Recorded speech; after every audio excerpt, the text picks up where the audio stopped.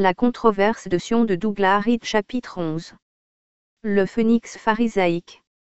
C'est là qu'arrive le paradoxe familier et récurrent, la catastrophe de Judée, qui arriva quelques décennies après la mort de Jésus, fut le triomphe des pharisiens, car elle les rendit suprêmes dans la communauté juive. Par la crucifixion de Jésus, ils se débarrassèrent d'un prophète et rêveur, qui aurait jeté leur loi à terre.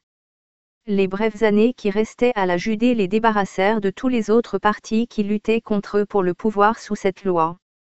Après la mort de Jésus, les pharisiens, selon l'encyclopédia juive, trouvèrent un soutien et ami en la personne du dernier roi hérodien de Judée, Agrippa Ier.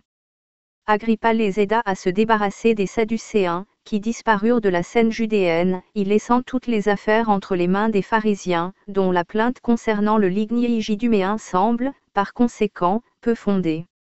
Ils devinrent ainsi tout-puissants à Jérusalem, comme les Lévites après la séparation de Juda d'avec Israël, et comme lors de ce précédent événement, le désastre s'ensuivit immédiatement.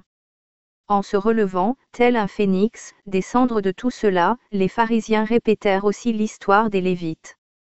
Durant les quelques années qui restaient à la minuscule province déchirée, les pharisiens révisèrent une fois de plus la loi, ces commandements d'hommes, que Jésus avait attaqués de la manière la plus cinglante. Le docteur Castein dit, la vie juive était régie par les enseignements des pharisiens, toute l'histoire du judaïsme fut reconstruite à partir du point de vue pharisaïque. Le pharisaïsme forma l'identité du judaïsme, et la vie et la pensée du juif pour l'avenir entier. Il fait du séparatisme sa caractéristique principale. Ainsi, immédiatement après la vie de Jésus et son accusation des commandements d'hommes, les pharisiens, comme les Lévites auparavant, intensifièrent la nature raciale et tribale et la rigueur de la loi, la doctrine de la destruction, de l'asservissement et de la domination fut aiguisée à la veille de l'ultime dispersion du peuple.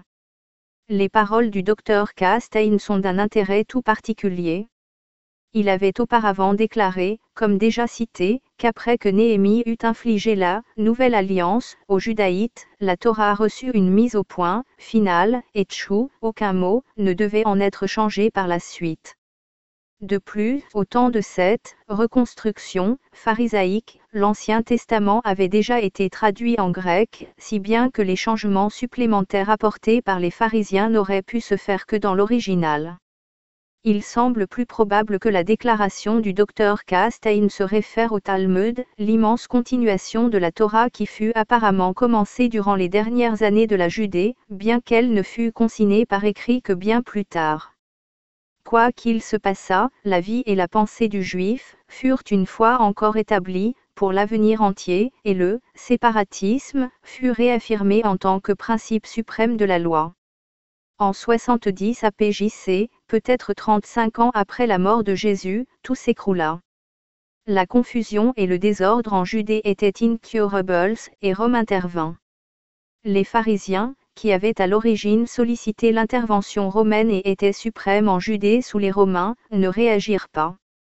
D'autres peuples de Palestine, et plus particulièrement les Galiléens, refusèrent de se soumettre à Rome, et après de nombreux soulèvements et campagnes, les Romains entrèrent dans Jérusalem et la rasèrent. La Judée fut déclarée territoire conquis, et le nom disparut de la carte. Pendant de longues périodes durant les 1900 ans qui suivirent, aucun Juif ne vécut à Jérusalem, les Samaritains, un minuscule noyau de ceux qui avaient survécu à toutes les persécutions, sont le seul peuple ayant vécu en Palestine en continu depuis les temps de l'Ancien Testament. Le docteur Castein appelle les 70 ans qui se terminèrent par la destruction romaine de Jérusalem, l'âge héroïque, sans doute à cause du triomphe pharisaïque sur tous les autres dans la lutte pour l'âme du judaïsme. Il pourrait difficilement vouloir appliquer cet adjectif au combat contre les Romains, puisqu'il fut mené en grande partie par les étrangers galiléens, dont il n'est guère l'admirateur.